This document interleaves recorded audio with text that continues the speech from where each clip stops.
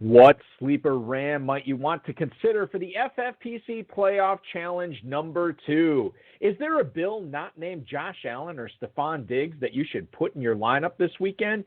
And how do you make the correct choice among a lot of candidates for the competition in Baltimore? Plus, the third place team owner in the 2020 FFPC main event, Jerry Palmer, will join us to talk about how the big top tight end tier is going to be in 2021 for drafts, who he likes in Tampa for the FFPC Playoff Challenge number 2, and much more. We've got a great show for you.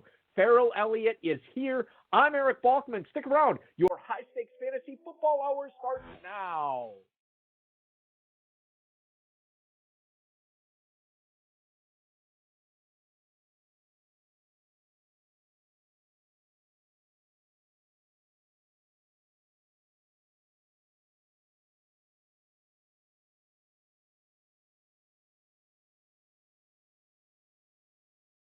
Broadcast live and heard around the world, you are now listening to the most entertaining hour of radio on the planet. Welcome to the High Stakes Fantasy Football Hour, presented by MyFFPC.com, with your hosts Eric Balkman and Farrell Elliott. The High Stakes Fantasy Football Hour is your home for analysis from the best players in the world. And now, because no one else was available, here's Eric Balkman and Farrell Elliott.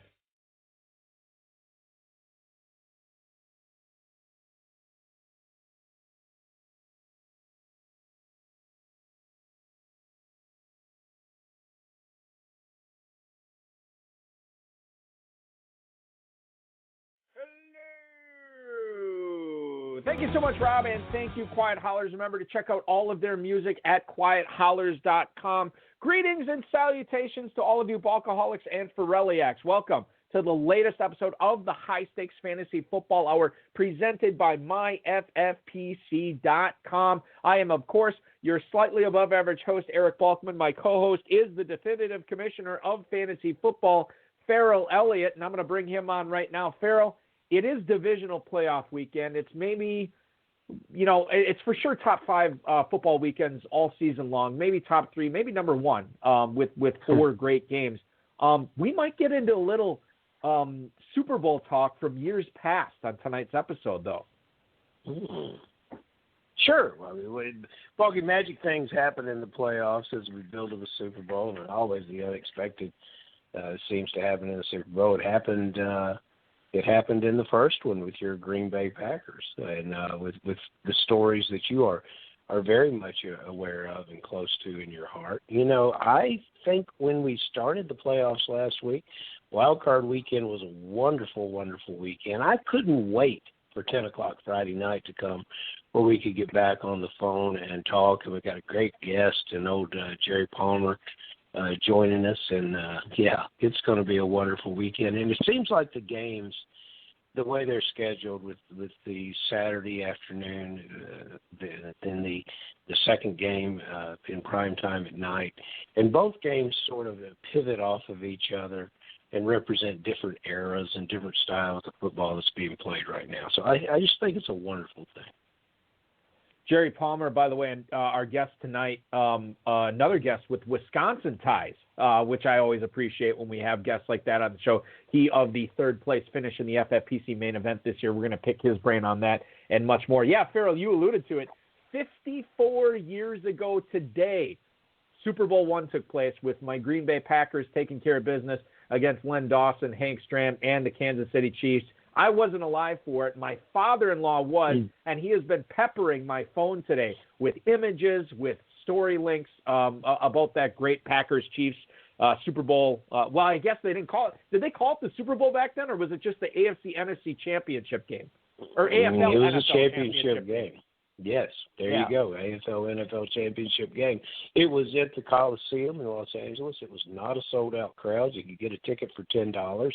And Kansas City played a pretty stout first half. They convinced themselves that they could play against Packers, and then the second half just disappeared. Yeah, Max McGee, by the way, got tanked the night before.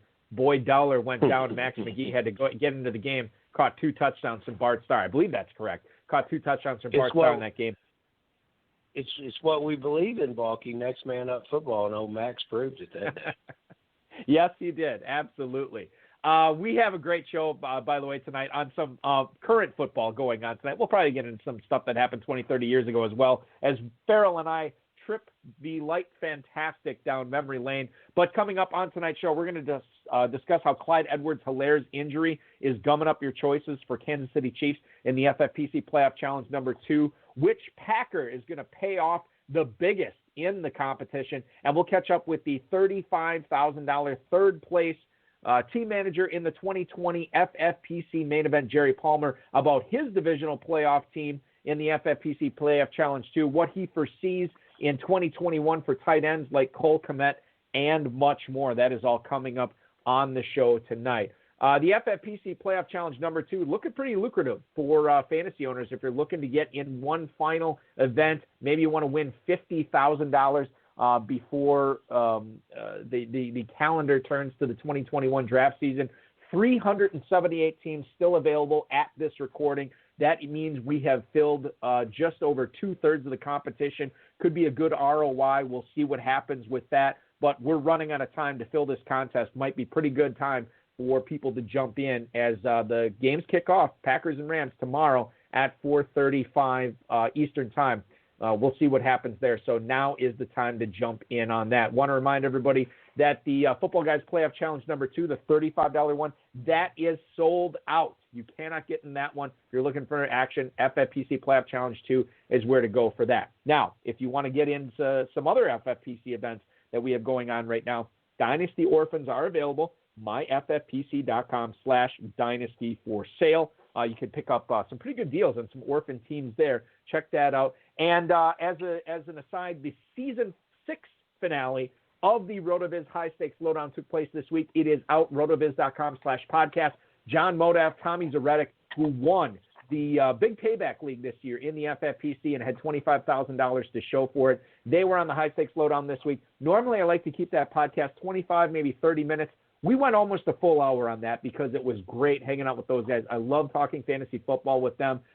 They're Bears fans, but as I said during the podcast, they're Midwestern guys. So John and Tommy and I definitely identified with each other. It was a fun time, very informative as well, especially if you're looking for advice on the Divisional Playoff Challenge 2 that the FFPC has going on right now. That is a must listen. So check that out, rotoviz.com/podcast. Let's get into the Fantasy Flash tonight. I want to thank Football Guys, Draft Sharks, Roto World, and Rob for tonight's Fantasy Flash. Big news down in northern Florida. The Jaguars have made their decision on their new head coach. It is indeed going to be Urban Meyer. Shad Khan, the Jaguars owner, announced the decision that he is going to have one of the greatest college coaches of the recent era in college football as his new Jaguars head coach.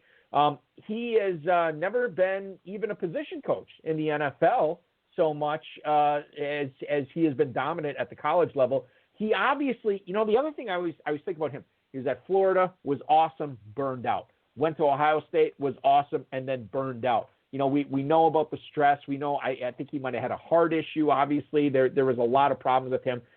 Certainly, if you want a very unstressful environment in the NFL, you don't necessarily want to go to Jacksonville. But 56-year-old Urban Meyer will inherit the number 1 pick.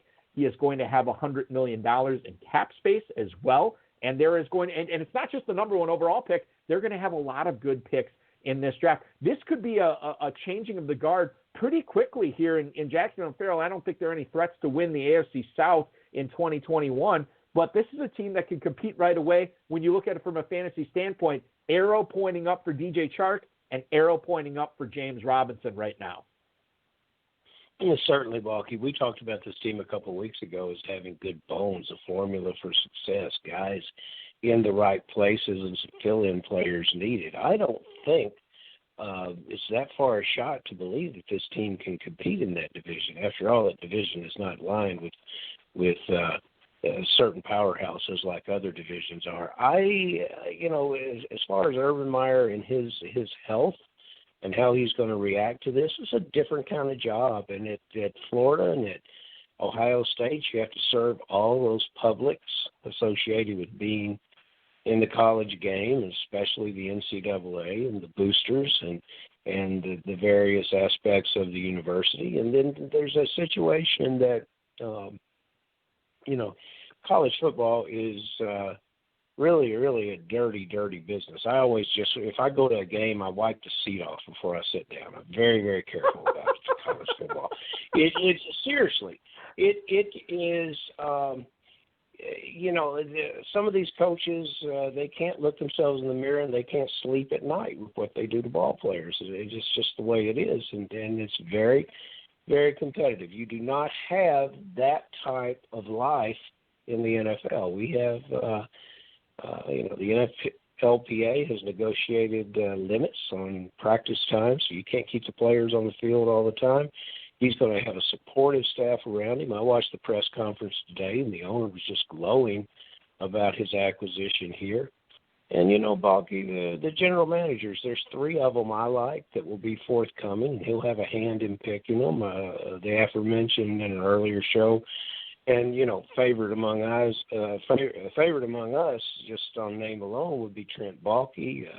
Jerry Reese's name is being thrown around there. He ran the Giants a few years ago, and Jerry is one of my all-time favorites. He grew up in western Tennessee, about 30 miles south of me in West Kentucky.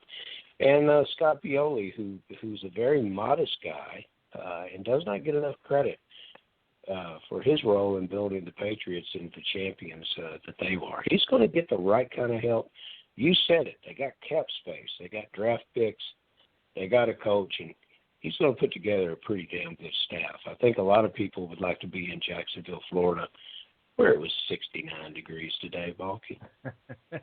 Yeah, it was about 69 here in Wisconsin. We had a bunch of wet snow. But I'll tell you this, Jacksonville, y'all want to win, you put Baalke in. Hire Trent Baalke, and it is going to make it he's going to make it happen for you. I believe he's with the organization right now. It would just be a promotion, Farrell, if I'm understanding that correctly, and I think Urban Meyer likes him quite a bit too. So he might make the transition for Urban Meyer as smooth as possible. I'm liking this hire for Jacksonville, and I don't often say that, but I'm saying it on the show this evening. Let's get into some FFPC Playoff Challenge 2 talk here with the Rams. Matt Schneidman, who actually covers the Packers for The Athletic, actually tweeted this out today.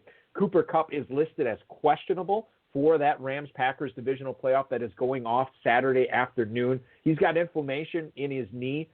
He probably will not be inactive. I think we'd all be shocked if he was indeed inactive for this game against Green Bay with everything on the line. In last week's game against the Seahawks, you got 9 targets. He caught 4 of them for 78 yards. And you have Jared Goff, who has that injured thumb it's probably going to be 30 degrees, right around 30 degrees at kickoff tomorrow at Lambeau. That's probably not optimal. If Kupp's out, you look at Jefferson and Reynolds, but Farrell, from a divisional playoff 2, the FFPC Playoff Challenge 2 standpoint, you can't really feel good about starting Cooper Kupp here, even to be contrarian in the competition, right? I've got my lineup put together, for this competition, and I love it. It's just so great. What did we put together last week? 12 players, right, for our playoff challenge roster, and now we're down to 8 players, and the roster seems to come together much differently, and you can be contrarian with better names than Reynolds and Jefferson. I really like these players. These players should be guys that are on your that are very much on your in your sights, I suppose I should say, for your 2021 draft. Reynolds, 52 catches this year, despite being saddled with the burden of the Rams quarterbacks. Van Jefferson never really get his year started. Had a nice touchdown on the road in Tampa in a game that the Rams had to win and make believers out of a lot of people. 2 very good ball players that if they don't finally get on the field in Los Angeles, will find a home in free agency somewhere. But, yeah, I like those guys, Balky, but not for this contest. Yeah, I'm with you on that for sure. We're talking about a 7-game tournament here, and to have an injured guy coming in as a 6.5-point underdog, or his team as a 6.5-point underdog, that is trying to stomach a lot there. And sometimes when you try to do that, you end up throwing up all over yourself. You don't want to do that. We have Jerry Palmer coming up in just a couple minutes here. He of the $35,000 third place finish in the FFPC main event this past year. Before we get to him, I want to flip things over to the Kansas City Chiefs.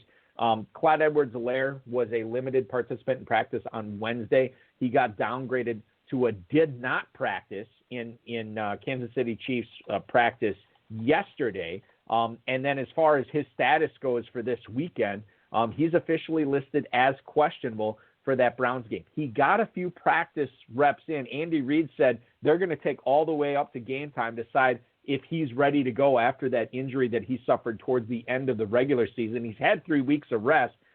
If he is out, it's going to be Le'Veon Bell. It's going to be Darrell Williams. And Farrell, I bring this up because I think most people in the playoff challenge number 2 at the FFPC, they're going to be focusing on Mahomes. They're going to be focusing on Kelsey. They're going to be focusing on Tyreek Hill. So is there any way that you would, unless you have a bunch of teams in the competition, is there any way that you would choose a Chiefs running back based on this news, or is this the easiest fade in the contest this year, our Chiefs running backs? It's not the easiest fade in the contest. You're tempted to do something about it, and if you're going to, Le'Veon Bell would be your guy. It's said that you cannot run against the New Orleans Saints. Well, Le'Veon Bell did. King carries 62 yards. I think he's done well this year. Las Vegas has put in numbers. Our friends in the desert have the over and under on his rushing yards, 32.5, and on his receiving yards, 12.5. And if we were ever to find ourselves in Las Vegas at a good time, Balky, those would be numbers that I would want to go over with. Darrell Williams has never had double-digit carries in a season. He's not a factor here. He's got to start catching the ball a little better. I thought he was better in the passing game than what I've seen lately. If you have 3 to 4 teams, if you want to get adventurous and add another team, Le'Veon Bell could give you a very early boost. But I don't think he'll make your lineup. But there's somebody out there that understands numbers better than I do that'll figure it out. And that could be one of those magical playoff happenings. Speaking of people who understand numbers better than you and I do, Farrell, let's bring in tonight's guest for the evening. He's been playing fantasy football for more than 30 years. He got his start when he was a Badger sophomore at the University of Wisconsin. This is his 8th year playing in the FFPC, certainly one of his most successful, as he won $35,000 as the 3rd place overall prize in this year's 2020 FFPC main event. I want to welcome him on to the HSFF Hour tonight, Mr. Jerry Palmer. Jerry, thank you so much for doing the show this week, man. How you doing? Good. Thanks for having me. Very excited to have you. So before I'm going to get my Wisconsin stuff out of the way, are you originally from Wisconsin, or did you just decide to go to UW-Madison for college? I didn't really decide. It was between Illinois and Wisconsin, and back then they had reciprocity with Wisconsin, so my parents allowed me to go there because we could afford it. But I grew up in the suburbs of Chicago my whole life. There you go. Okay, all right. So you have ties with both states. Clearly, you picked correct on the college. So when it comes to so your allegiance as far as college football, as far as pro football goes, are you a Wisconsin Badgers college football fan and a Chicago Bears pro football fan? Definitely my 2 favorite teams. Big Wisconsin fan, and the Bears are always my team, but I end up usually rooting for guys on my fantasy team a little more. Hey, you and me both, man, when it comes down to the end of the year, for sure. We're going to talk plenty of fantasy football with you. I want to talk main event with you, given how your team ended up this year. I do want to get into the FFPC Playoff Challenge with number 2 with you, because I know you're in that contest as well. Before we get into all that, can you tell the listeners what you're doing for a living when you are not dominating the FFPC main event? Well, when I try to do well in fantasy, my main living is I do residential mortgages throughout the country for people buying homes and refinancing and so on for a cross-country mortgage.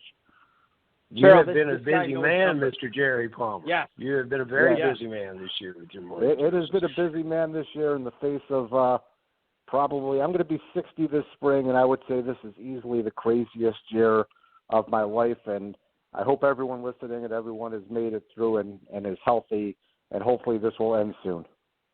50 years old, Balky, just a pup. You know, I have one question before we get started talking fantasy football. One question: Cubs or White Sox? Cubs. There Cubs you go. through and through. Right, very good. No, White Sox don't exist in my world. Nobody's going to hold that against you, especially on this show. Now, I'm holding something against you because you know you were successful from a spot that I just completely freak out. When I'm assigned the 6th pick in the draft, it's just like a ticket straight to drafting hell for me. I think it's like 12 spots from nowhere, and you go in this year with much temptation in the 6th spot to take the receiver Michael Thomas from New Orleans, and everybody that did was bitten by the terrible year that Thomas turned in. It's just a complete disaster, and that's probably what I would have done if I had been in the 6th spot. You made the right choice, being a Chicago native and familiar with that old black and blue division. You went to Minnesota and took Dalvin Cook. How'd you know to do it? How'd you know to make that move? You could have made other moves besides Thomas. What'd you like about Cook? Well, you know, when you look at fantasy, I always try to get running backs because they seem to be at a premium. You know, and after the top 3 were off the board this year, for me, it was kind of looking at the running back or the best running back available. And when I come back with the next player, I try to think if those 2 guys combined, they're going to be worth more points than Michael Thomas and the running back I might get or the receiver I might get in the 2nd round. So for me, it was really between Dalvin and Derrick Henry, and I just went with Dalvin Cook. And you know, obviously, every year there's a pretty good deal of luck that goes along with winning. I think you know when it came down to it, there was a certain and I guess Jerry, I'll let you weigh in on this because you've been playing fantasy football for 3+ decades.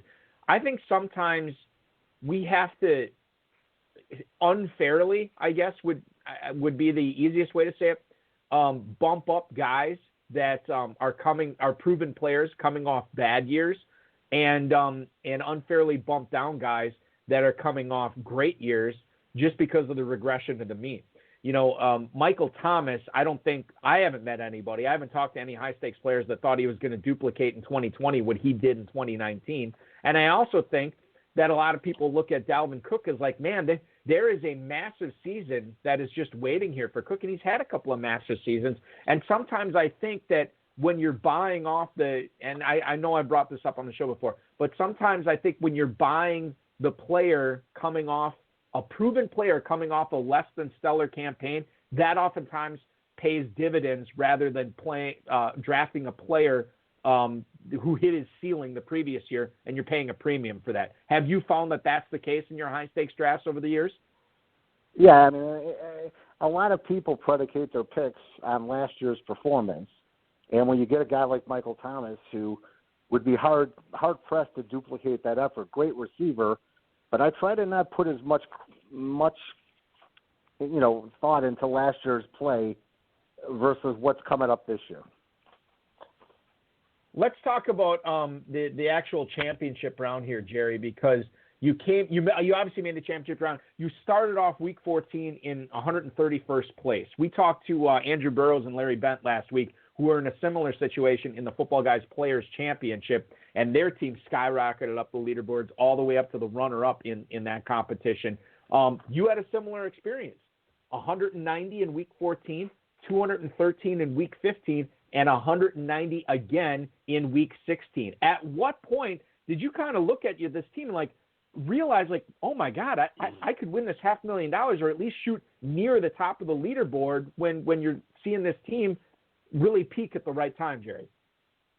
Yeah, I'll tell you, I was excited to get that fire, and I think my big 2 really maybe gave me a little edge on other teams by having Stephon Diggs and Josh Allen. A lot of guys above me had one of the 2, but I ended up getting both of those guys, and they really started to peak at the right time. I mean, I think in Week 16, I think a couple guys on the Bills dropped a couple touchdowns, and if I remember, Diggs exploded in the second quarter, and he ended up having 9 catches for 140 yards and I think 3 touchdowns. For me, besides obviously a lot of luck, Dalvin Cook, Hopkins, Waller, Diggs, and Allen, I almost plug into my lineups every week. Every year, I seem to get short at the tight end. And this year, I took Darren Waller, and I tried to get some good depth there, and I drafted Tyler Higbee a couple rounds later and Sony Michel for some depth, and both those guys really underperformed this year with injuries and just things that happened. So, as much as I had my big six pretty much injury-free, there's just so much luck involved. People ask me, Jerry, what do you got to do to win? You make the playoffs, what do you got to do to win? And that's what I tell them. Go out and average 200 points. Go out, and it's so easy to say and so very, very difficult to do with the core players that you gave us, and all of us watched with great intensity in these last few weeks. With the core players you gave us, you could see it happening. You could see it developing in front of you early in the games. I love your pick of Darren Waller. I targeted Darren Waller. When you talk about what a player did the season before, I watched the 2019 Darren Waller, and I said, this player's a target for me, and he got better as the year went on. No matter how the Raiders were playing, Waller was always playing very, very well. We talked to a lot of guys about tiers. They come in with tiers of players and how they're going to utilize their draft. And sadly, I got Waller in the fifth round. I'm not sure where you got him. I probably around the same, very early in the fifth round. Yep. We'll never get him in the fourth or fifth again. 367 fantasy points from Kelsey, drafted as early as 6th, 7th, 8th sometimes. 336 points from Waller. I think I've got this right. The number 3 tight end production this year, 212 from Logan Thomas of all people. How about that? So. So you're going to be tempted to pull that trigger on Waller again. Should we give up second-round pick for Waller next year? I'll tell you. You watch Waller; he's almost a Tyreek Hill in a tight end body. And when you watch Kelsey, you've got Tyreek Hill and Hardman on the outside, and a bunch of guys who are 4'4", 40 guys. Right. Kelsey, gets the middle of that field wide open. They scheme him tremendously. And I think Waller, next year with maybe Ruggs in the offense getting even a little better, is going to develop even maybe into the number 1 tight end. So I'm excited about what Darren Waller could do next year. Tyreek Hill in a Darren Waller body was the exact description that my wife gave me at my fighting weight when we got married many years ago. And I failed. I don't think I'll ever get there again, but I'll be close. We'll see what happens in 2021. We're talking with Jerry Palmer, the third-place team owner in the FFPC main event in 2020. Jerry, you obviously had a lot of success in the main event. You've played in the main event several years here. For someone who has never played in the main event before that's maybe thinking about taking the plunge in 2021, what do you think, if there's one piece of advice, what's the biggest thing that those players need to understand to have their best chance at significant success right away from the get-go? I'll tell you, every guy who's in the draft seems to me to be very well prepared, and there's a lot of studying going on. And I think, depth. You get to draft a team, you get to pick up guys, in the free agent periods. There is no trading. So a lot of guys are very adept at taking handcuffs, and every guy who you think when the draft is complete seems to be taken. But then, week 1 an injury happens, and you've got to decide where you want to spend your money and who you're going to pick up. So it's tough. But for me, and especially my FFPC, I think you have to have some depth at tight end and depth at running backs, because every week I think you could have a plug-and-play based on matchups for a wide receiver. And every week there's a quarterback, and quarterbacks seem to be the top 10. Any of them could be worth 30 points every week. So again, for me, I got lucky this year because Waller I got to plug in every week, and Dalvin Cook as well, so I didn't have a lot of worries there. But Sony Michel, really kind of cost me because he was my third running back taken, and I really didn't get to play him that much because I think he got hurt week 1. Boy, I tell you what, you're going to hold that terrible grudge against Sony Michel for ruining your whole season. Where did you finish, Jerry? Just remind me. I finished in third place. Third place, yeah. Just I'm holding an Alvin Kamara sickness away from winning the whole thing. Oh man, my goodness. Yes, that's exactly. Well, you know what? Now Kamara is still standing, and right. he's playing this weekend, and I assume that you have. I assume that you have a playoff challenge team, and if you don't, there's still some available to you. And these great matchups, Balky and I talked about it earlier. What are you looking forward to most in this football weekend? For me, I think the Packers-Rams game provides a lot of interest. I'm interested to see Ramsey against Devontae. And for me, probably the top two units or three are the Chiefs offense, the Packers offense, and the Rams defense. And I want to see how the Rams defense does against the Packers. And then when you look at Cleveland, Kansas City, I think for Cleveland to really stay in that game, you're going to see a lot of Chubb and Hunt. And, I watch Chubb, and he reminds me of Dalvin Cook. He's an explosive runner. And, again, I think for the only way, well, not the only way, but I think the Browns will stay competitive in that game if they could run on the Chiefs. Last week, Balky and I picked Cleveland as our upset with the Rams as an outside chance, and Cleveland certainly came in. You think Cleveland has any chance to upset the Chiefs? Well, I mean, as a contrarian player there, I think they're like a 10.5. Do I think? Yes, I do think they have a chance. I think probably the Chiefs will win. I would almost like the Browns to cover, but two things, they cannot get behind big in this game. And if they could control the ball and control the clock and run the ball, they might have a shot against the Chiefs. And you mentioned the two guys they'll do it with, that's for sure. Yeah, and the Browns last week didn't even have their two cornerbacks. I think Ward and Johnson were both out. So I think the Browns, every year there's a surprise. I'd love to see a new team win. I think that many of us, I'm a Packers guy, and I'm rooting for the Browns. I'm rooting for the Bills. I want to see fresh blood in there for sure. And it's so weird that I'm saying oh my God, I'd much rather see the Browns and the Bills in there because they haven't won in forever, and the Chiefs are like old hat, and they're not. They're just sort of starting the cusp of what you would like to think is going to be some AFC dominance over the next half decade or maybe decade. We'll see what happens. It's going to be a fun ride regardless of who wins this weekend for sure. We're talking with Jerry Palmer, the third place team finisher in the FFPC main event this past year. Jerry, I know you're going to be playing in the FFPC next year as we look forward to 2021 drafts. I know we're a little ways away from it. Maybe not as far as you might think. Breaking news on that coming up on this podcast in the next week or so. Cole Kmet really came on for the Bears the second half of the season. He took over for Jimmy Graham as the most targeted tight end on the Bears roster. You kind of have a front row seat for this. You follow this more than a lot of our listeners do, a lot of our guests do. What do you think Cole Kmet is going to do in main event drafts next year? Is he a top 12 guy? Is that getting too aggressive? How do you see Kmet? I actually kind of do see him as a top 12 guy. He kind of reminds me of Kelsey. He plays with a lot of passion. He got more confident as the year went on.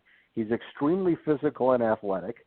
And, again, I think with some more experience and hopefully they scheme him a little better, I think Kmet's going to be a heck of a player for years to come.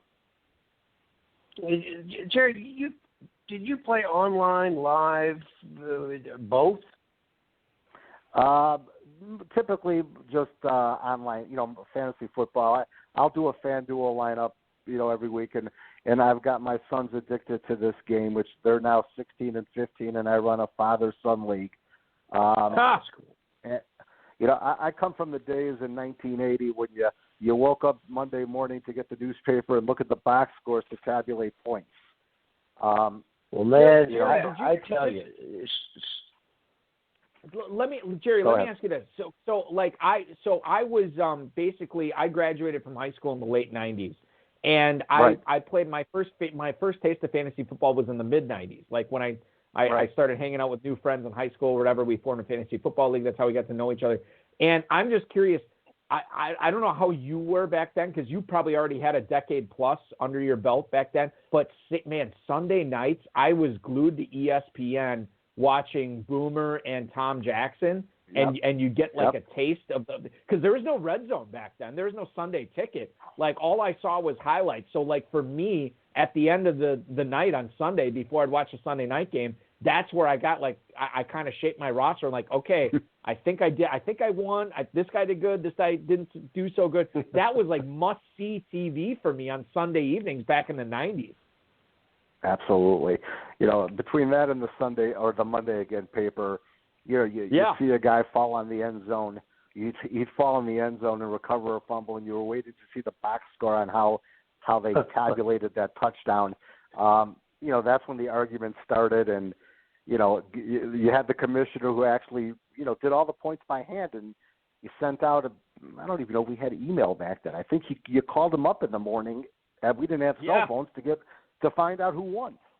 This sounds like me today. The good old days. Jerry, I run a league in Kentucky, the KFFC, and we're going to invite you that you come down and play a little bit live. This just sounds a little bit about me, especially the phone calling part. But how far we have come in the world of fantasy football, the live events are a blast. So you've never met Bonky? If you've been playing online, no, sir. You've never met. Well, you've seen his image on Facebook and Twitter and such as that. Because Balky, this next question is very important because if you had met him in person and you looked into that face of his, Balky can do a lot of things in this world and be masterful at them, but I've always thought that he would have made a great priest because I want to confess all of my fantasy transgressions, my various sins, my violations of fantasy football etiquette, the things I have just done wrong. And I know because you finished third. I had a real good year this year. I finished 320th in the championship, so I'm coming from a different area than you did. But I know that even you have something that you wish you hadn't done and are walking around saying, I'll never draft that guy again. And then I want to hear, Balky certainly has a redeeming factor to him, so I want you to redeem yourself by that pick that you made in the late double digits that actually scored points and helped you win through the year, and what you would do with either of those players as we move forward. Well, I'll tell you, I think for me, when you talk about drafting a guy based on last year's performance, I was very excited to get Higbee. He was coming out at the end of 19, and my FFPC points and a half per reception, I really thought he was going to have a great year, but he really didn't perform as well as I was hoping he would this year. And thank God I took Waller because I didn't have to worry as much. But that was one guy, in the Bears, I took Anthony Miller early. Or not. Oh, you and me both, man. I died on that hill this year with Anthony Miller. I was screaming to the mountaintops. Draft Anthony Miller all the way back in March or April. I was totally on board with that. And, thank God, Jerry, and I don't know where you took him in drafts, but, he was like a double-digit round pick for me, or 8th, 9th round. So it didn't end up costing me. But that was probably my biggest whiff of 2020 was Anthony Miller. Yeah, he definitely kind of had a tough year. I'll tell you one guy I'm excited for next year on the Bears is Mooney. That guy is quick, catches everything. He reminds me of Tyreek Hill, and he really, I really am excited about him next year. Did you have Mooney anywhere? I did not. I picked him up probably maybe in the third free agent round, week 3. And I ended up playing him and Emmanuel Sanders a decent amount of time. And again, Sanders was not as explosive as I was hoping, but with Thomas and all those guys out, he put up a couple of great weeks. One of my favorite moves is my running backs were hurt. I picked up Boston Scott the week on Sunday or Monday Night Football when he caught that touchdown, like a 20-yarder to win the game. And that was one of my better plays of the year. I got about 18 points out of him that week, and I needed that to win. Yes, sir. We call him the Giant Killer. So whenever he plays the Giants, you can count on a little Boston Scott. Well, those are some great picks. Are you going to go with Sanders as your redeeming pick, or do you have another one that you haven't tuned us into yet? Yeah, another guy I took was C.D. Lamb. And I think he worked out all right, Jerry. I think that's how you get to number 3 right there. I think he would have been unbelievable if Prescott didn't get hurt. But C.D. Lamb was another guy who actually performed pretty well for me. I took A.J. Dillon late on the Packers based on the preseason. I thought he was going to see a little more action, but that ended up not doing a whole lot for me. Excellent draft, excellent draft, Jerry.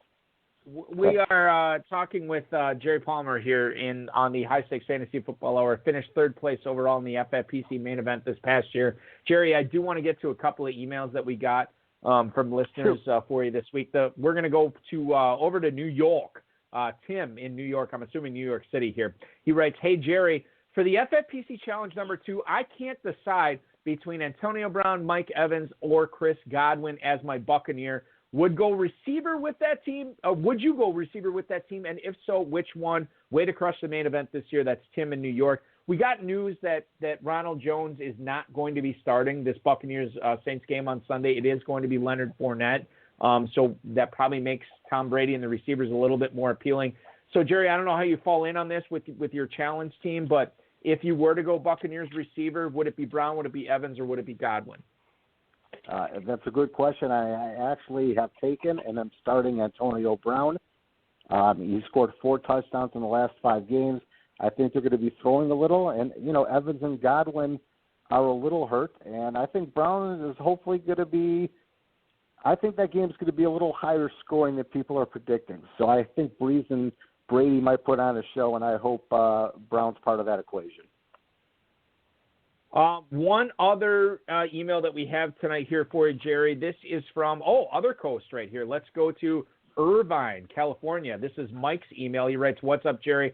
For the Bills in this FFPC playoff challenge, is it as simple as Josh Allen or Stephon Diggs, or do I need to be different here than everyone else?" Mike, thank you so much for the email in Irvine, California. This is interesting because last week, we had the extended playoff rosters because of the 14 teams in the competition. This week, only 8 spots. So being different is important, but is it so important that you need to go Singletary here? Is it so important that you need to go Dawson Knox here? Or is it Josh Allen? Is it Stephon Diggs for you, Jerry? As you get a little deeper in the playoffs, I kind of A, want to be contrarian, and B, Zach Moss is out. I think Singletary is a good contrarian play. I think all the guys, it's easy to pick Diggs and it's easy to pick Josh Allen, but I might go with Singletary. I think they're going to have to run the ball a little more, and hopefully he'll end up proving me right. Jerry, how deep have you gone in the playoff challenge? In other words, have you challenged, as the true name of the event says, and got into that rarefied air of 3rd place like you have done in the main event? A couple of years ago, I came in 7th or 8th place in the playoff challenge. Did you have a quarterback in the Super Bowl? That's what I want to know. Did a quarterback in the Super Bowl help fuel that team? If I remember, I don't think I did. Again, when it comes to this, I really try to think of fade the public, and I try to look at who I think my 2 Super Bowl favorite teams are going to be. And out of the 2 teams, I try to pick a guy that I don't think a lot of other people are going to pick. Not only does it make it more fun, but you might have a better chance of getting a leg on the competition. Well, do you have that one guy this year that you care to share with the listeners, where they'll all run to their lineup in the playoff 2 and make the change? You can just you'll lock up the system with your advice, and everybody will make that change. Who's your guy? Who's my guy? I'll tell you, if I was going to pick any surprise, it's Chubb. Yeah. I'd like to see the Browns win it, and I think if they're going to go anywhere, he just looks on top of his game right now. I was glad to see them advance because their guard, Bitonio, who's been on the team 11 years, was out last week. He gets to play this week. Conklin's back. I just think they could be a surprise team. The Chiefs might come in a little relaxed. Yeah, I do too. Hey, Jerry, as long as we're talking about Browns here, I'm just curious on this. As we look forward to 2021 drafts, we know now we've had a full season of the Nick Chubb / Kareem Hunt experiment. We know Hunt is coming back to the Browns in 2021. I'm just curious how high you would take Nick Chubb next year in drafts. Is he a back end of the first-round pick, or does Hunt knock him down to the second round? How do you handle a guy like Chubb as far as next year's drafts go? You know, if you look at it right now, he might be the third or fourth back behind. I think McCaffrey, Barkley, depends how their injuries heal. I think Elliott's fading a little. Edwards-Helaire kind of fell apart. You know, and I hope Kamara. He does well next year. Kamara and Cook. You know what? I'm going to go back to my roots and say two words: Jonathan Taylor. Oh, yeah. I think Taylor is former going to Badger. be unbelievable. Yep. Watching him for 4 years in Wisconsin, you know, he ran the ball a ton. He's got track speed. He's a tough guy, and he really came out at the end of the year. I am excited for him next year. Yeah, he was one of those guys, too, where I think, like, he left a bad taste in owners' mouths who drafted him in, like, the third round or whatever this year because a lot of them weren't in contention at the end of the season when he really was crushing it, too. And I saw the piece this week about, was it Chris Ballard or Frank Reich or whatever saying, like, they don't know if Marlon Mack's going to be back next year. Well, this is totally like, it is time to get on the Taylor train because it's leaving the station in early spring. So get on now while you can, for sure, with Jonathan Taylor. Totally with you on that, Jerry. One last question here before we let you go and enjoy your Friday evening as you prep for divisional playoff. $35,000 for the third place finish in the FFPC main event. Nice little chunk of change. Now, have you earmarked that money for anything special in your life? Is it going to investments? Is it going to savings? What do you plan on doing with that money? Or haven't you made up your mind yet? You know, I kind of put it in the bank. It was a windfall. And again, I'm going to be 60 next spring. And if you believe this, I've got 3 kids who are 16, 15, and 11. So I think it'll help for everyone's college funds. Oh, good for you. Yeah. Farrell, we are hearing so many, like, well put together. Nobody's buying a yacht. Nobody's buying a Rolls Phantom. Nobody's buying a Bugatti, anything like that. Everybody is putting it away for safekeeping, and that's certainly, I think, a testament to how these guys were smart enough to earn the money in the first place. So, Jerry, congratulations to you on your big third place finish in the main event. Congratulations on all the success you've achieved in the FFPC so far. Good luck in the playoff challenges. I know you're in the divisional, you're in the original. We'll see what happens there. It's going to be a fun few weekends of football. And thanks so much for joining us tonight, dude. This was awesome. I appreciate it, and thanks to all you guys, and everyone be well. Thank you, Jerry. Jerry Palmer, ladies and gentlemen, third place finisher in the FFPC main event this year. Only, I believe, this is following in a long line of high stakes fantasy football hour misses. Farrell, I believe that was his only main event team in the competition and finishes third overall. Just yet another incidence of people saying, "Oh, you gotta have 1,000 teams in these competitions to do anything." No, could not be further from the truth. We heard from Burrows and Bent last week. One team in the Football Guys Players Championship, they finished second. One team in the FFPC main event this year, and Jerry Palmer finishes in third place as well. So good stuff. He's already ready for next year. He's already. I'm going to send him an email. I want $1,000 spending money to each of those kids to go to the mall. I see skateboards, some Jordans. You want to go to a mall that's got a Vans outlet. Cubs tickets are a must. We're going to have to loosen up a little bit of that money. That's why you can appreciate saving it if you spend a little of it. I want to get to Jerry about that. Well, the thing is, when you have $35,000, Farrell, like I don't have $35,000, but my kids are able to shake me at the store pretty good. You're just a pushover. I would send your kids to the mall with Don Erickson. I wouldn't. You shouldn't go to the mall with the kids. Erickson should go. If that would happen, I would need a place to live because I would be losing my house on that. He spends as much money as he makes it, no question. Does Don Erickson? I understand. Farrell, we have the divisional playoff challenge. I teased it at the top of the show. As far as how many spots are left, we're down to 368 right now. I know people are looking for advice on that. I want to help them as much as we can. We have a few emails here. We got 11 minutes left in the show, and I want to help as many people as we can with this competition and try to win them $50,000. And if they want to tip us, they can tip us. That's fine. Whatever. No, I'm sure. No judge here.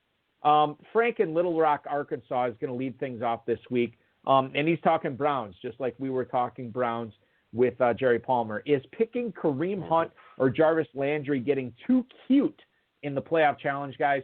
I'm worried everyone and their mother will have Nick Chubb. Thanks so much. That is Frank in Little Rock, Arkansas. So the way that Jerry framed it, Farrell, was that Nick Chubb was sort of his surprise, the guy that could really put a dent in this competition.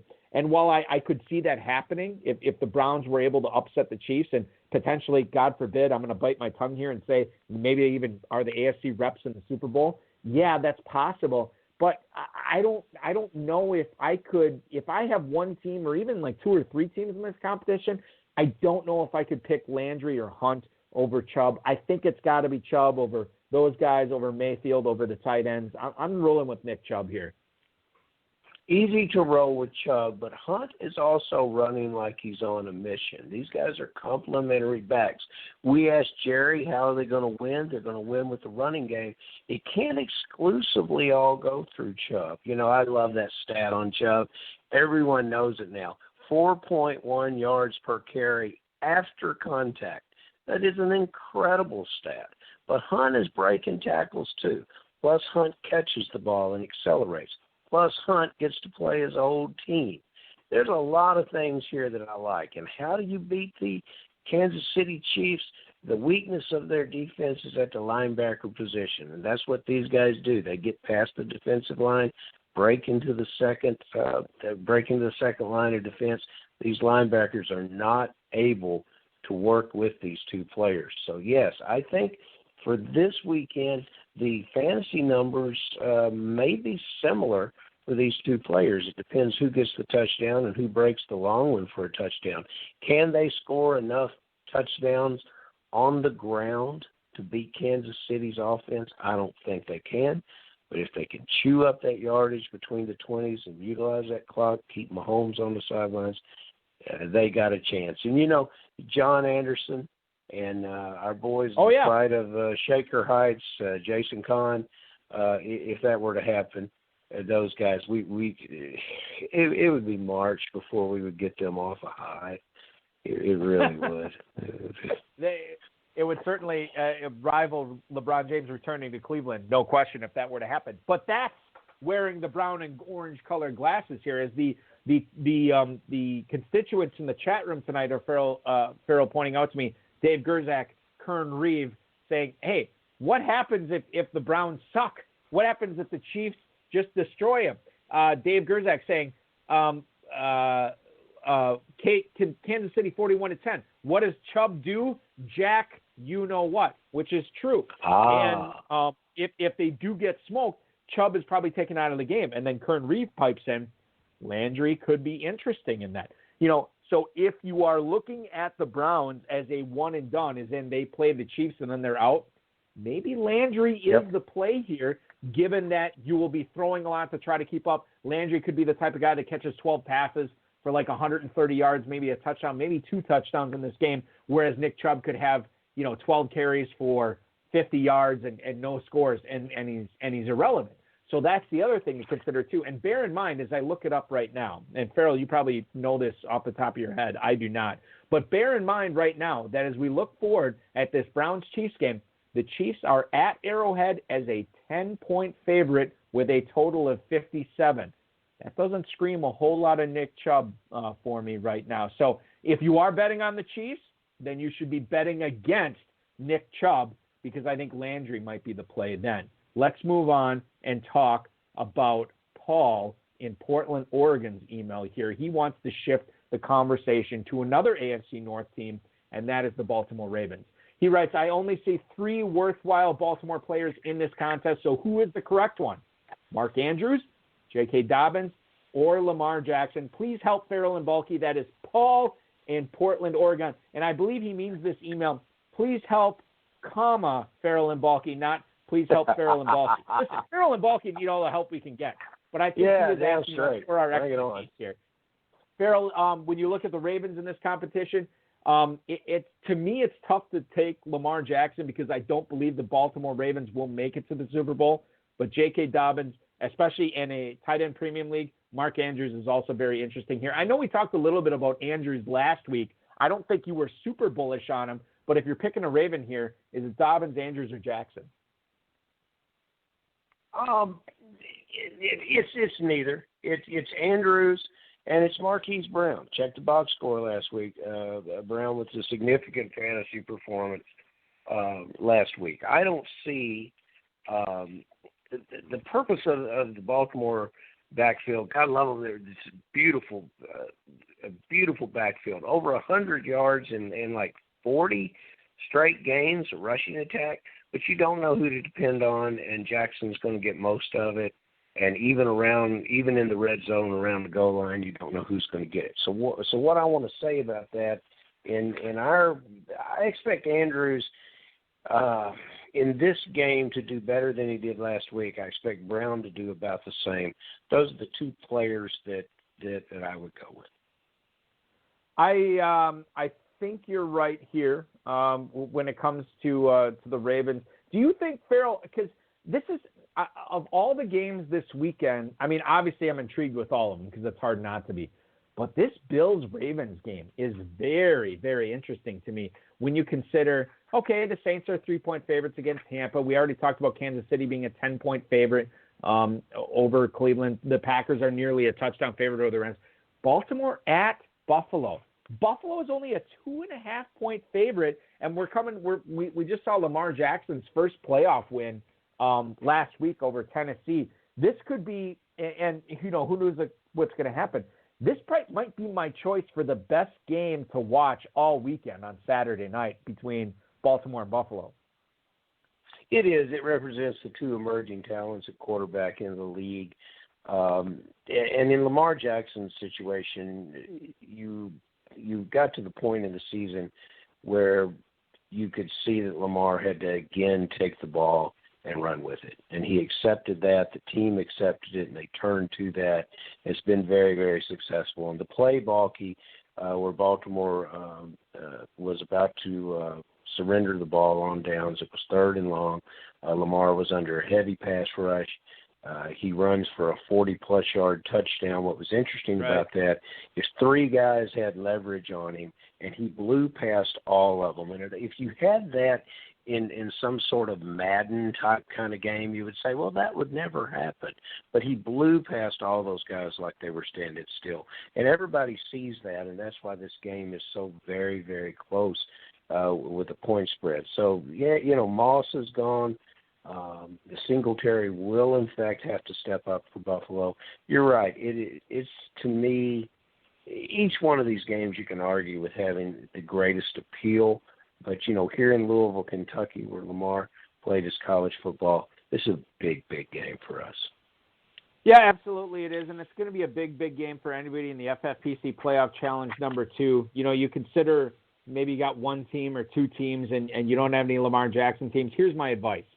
Add another team that's not Lamar Jackson, and then add a couple more teams that are Lamar Jackson, just in case the Ravens sneak their way to the Super Bowl before they're spanked by my Green Bay Packers. Just kidding on that. Don't want to jinx it. Just going to hope for it, and we'll see what happens there. The big takeaway from that, get more FFPC Playoff Challenge 2 teams.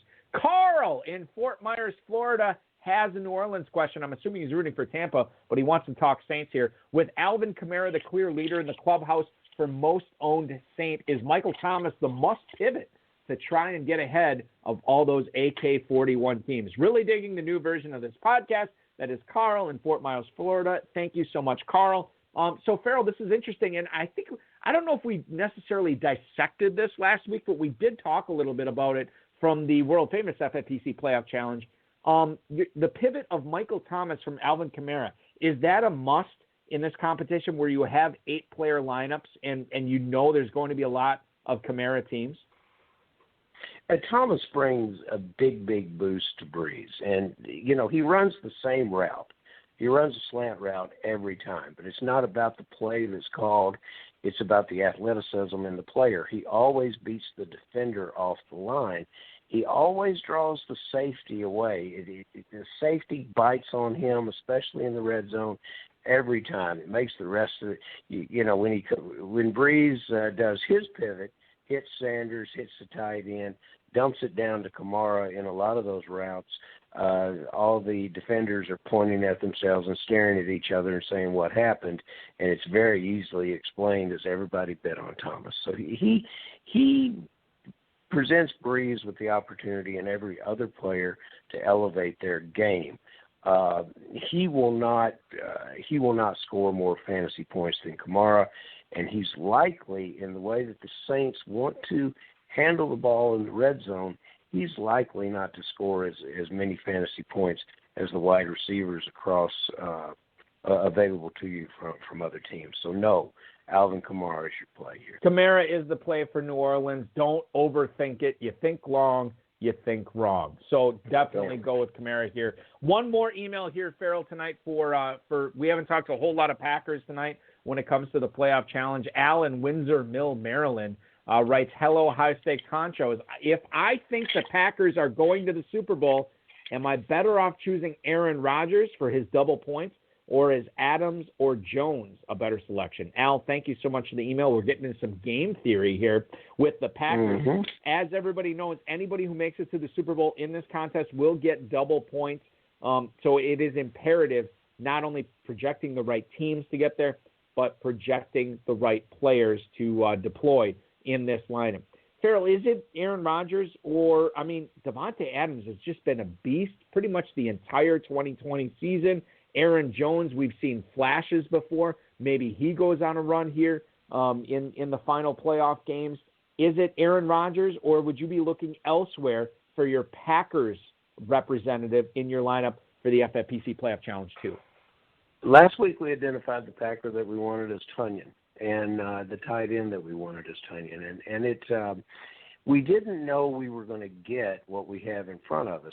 I expected Tampa Bay to be headed to Green Bay this weekend. That is not the situation. There we get the Rams coming off the upset, and now a receiver that is got to be in a lot of these playoff challenge lineups that draws Jaylen Ramsey. And this is going to be one of the greatest duo corner, lockdown corner versus top wide receiver in the game. It's going to be fascinating. Ramsey wins against most wide receivers in the league. I looked it up. He allowed 21 yards from scrimmage to the receivers that he defended this year. That's the average. Wow. And so he shut a lot of, when you talk about shutdown corner, what does that mean?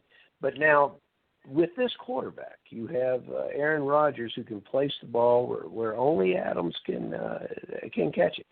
And that makes it a much different scenario than it does with most quarterbacks. And, there's some PIs that get involved there, and you take a look at what Ramsey did. He only had 4 of them, but he had them against Metcalf, Evans, Hopkins, and Samuel. So when he gets frustrated by a talented receiver, he'll start to push him around a little bit. This is one of the greatest matchups to watch, and this might be why this is my favorite game to watch this weekend. So to answer the question, I feel very, very strong in favor of staying with the tight end, using him as your number 1 tight end or in the flex, the kid Tunyon, because I believe that the middle of the field is where the action is going to be, especially as we approach the red zone with the Packers this weekend. The defensive coordinator for the Los Angeles Rams is Brandon Staley. And over the course of the season, he has played a ton of 2 high safety formations for this defense. He will not be able to do that if in the first quarter Aaron Jones and Jamal Williams are crushing it on the ground, or if Robert Tunyon is killing him across the middle or down the seam. If that happens, the Rams probably will lose the game because they are not built to beat an offense that way. So I'm with you on that. Farrell, let me ask, and I'm going to close this out with a non-fantasy question. Number 1, who is the best cover corner in the NFL right now? Is it indeed Jaylen Ramsey, or is it somebody else? Oh, it's Ramsey. It's Ramsey. And you know, other players have situations where they match up well against certain players. Lattimore versus Evans is a perfect example. Ramsey, it doesn't matter. But when he gets a receiver as talented as Adams in tandem with a quarterback who can put the ball in the right place, that is going to challenge him. That's going to be his biggest challenge for the year. And if he does have a successful game against Adams, you can close the book on it. He becomes the Deion Sanders of this era. So here's the second part of it, and this is my Packers fandom showing through. If Ramsey indeed is the best cover corner in the NFL, where to you does Jair Alexander for the Packers rank? Is he in the top 3? Is he in the top 5? Is he number 2? Jaylen Alexander needs at least another year or 2 under his belt. Oh, because this is a Louisville guy, Farrell. You should be building up another year under his belt of consistent play. He has been tremendous in his improvement throughout this season. But no, it's not a comparison. As we say about tiers in fantasy football, this is a second-tier player when compared to Ramsey. Ramsey is in a class of his own. All right, and I will listen. If you're going to praise a Florida State guy in this program, far be it for me to call you out on that. So I will not do it. Fear, Balky. You know, the college is in the past, but you are obviously fearing the Spear. You know, 2 FSU guys, Fresno State versus Florida State. How good is that get? Oh, yeah, I forgot. Devontae Adams went to Fresno State. Caught his college passes from one Derek Carr, too, from your Raiders, which there everything ties together. It is a small world, and certainly a first-tier high-stakes fantasy football host is Farrell Elliott. Check out all of everything the Kentucky Fantasy Football State Championship has to offer at kffsc.com. I look forward. I cannot wait to jump in some more drafts there for the 2021 season. Farrell, I can't thank you enough. Love talking fantasy football here with you every Friday night, and can't wait to break down the divisional playoffs next Friday as we preview the conference championship games. It's going to be a blast, man. Thank you, Balky. Next Friday we'll get here, but it's going to be a long, long wait. I hope we're right about some things this week. We'll see. We'll see, indeed. Thank you so much, Farrell. Be good, man. We'll talk to you soon. Go. Farrell Elliott, ladies and gentlemen. You follow him on Twitter at @JFarrellElliott. Remember to follow the Kentucky Fantasy Football State Championship on Twitter at KFFSC. And remember to check out all the offerings at KFFSC.com. Speaking of offerings, we do have another offering with the FFPC right now. It is the last competition of the season for the Fantasy Football Players Championship. 360 teams remain out of 1,200 teams. That represents a pretty good return on investment for anybody who wants to jump into the playoff challenge right now. And I'm not talking about just trying one team out. That's not going to be good enough. Buy a bunch of teams. Get 2, get 5, get 20. That is how you will win $50,000. That is how you're going to start off 2021 with the biggest bang, and that is how you're going to fund your bankroll for the Football Guys Players Championship and the FFPC main event as you march forward to try to win 2 $500,000 grand prizes that we will be awarding by the end of 2021. Sign up now, myffpc.com, playoff challenge divisional round.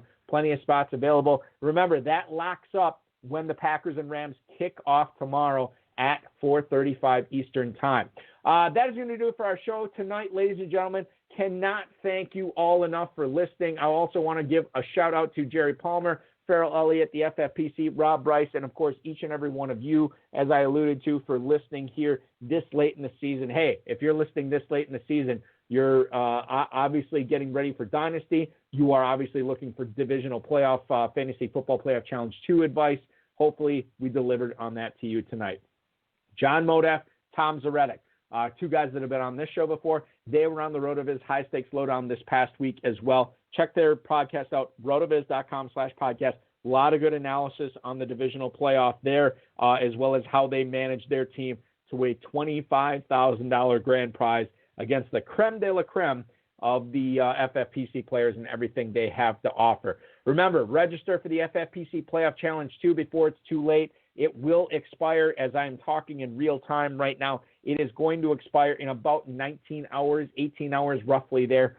Make sure you are getting in before kickoff of that Packers-Rams game so you can take your shot at a $50,000 grand prize.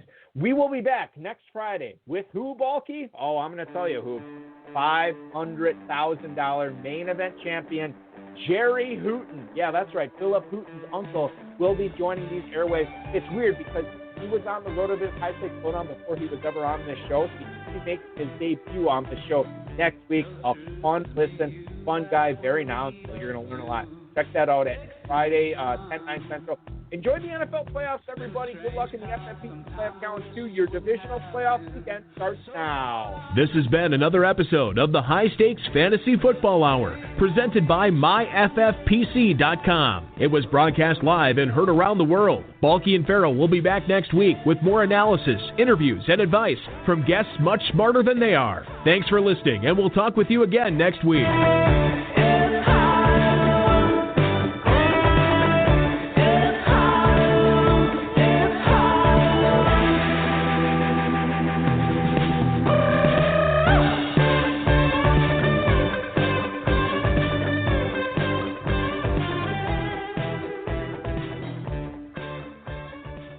Hey, quick reminder, everybody. First of all, thanks to Frederick the Younger for our outro music. You can check out all their music at fredericktheyounger.com. Great stuff from Louisville's finest there with Frederick the Younger. Remember, our intro music provided by the one, the only, the Quiet Hollers. You can check out their music, quiethollers.com as well. Real quick, I got 5 on the board. Now, Farrell and I have been lacking on this. We have not made enough bets. We will try to make more bets going forward on this to try to get some action going between us. But I have totaled up the 2020 bets for myself and the Dizzle, Dave Gerzak. That is available at hsffhour.com. Just click on the I Got 5 on it link. You will be able to see the final results from 2020. Next week on this show, I will reveal not only how the 2020 season played out, but how the career between Dave and I laid out on this show here in our 9th season. Who won the most seasons, who won the most bets. That is all coming up next week. But if you want a preview of it, hsffhour.com is where to go. Thank you so much for listening, everybody. It is going to be such a fun weekend of football. Remember, take advantage of the FFPC Playoff Challenge 2 at myffpc.com. Get in on that contest before it closes up. And you never know, we might be talking to you in just a few short weeks on this show after you cash a $50,000 grand prize. Enjoy divisional playoff weekend, everybody. We'll talk to you again next Friday.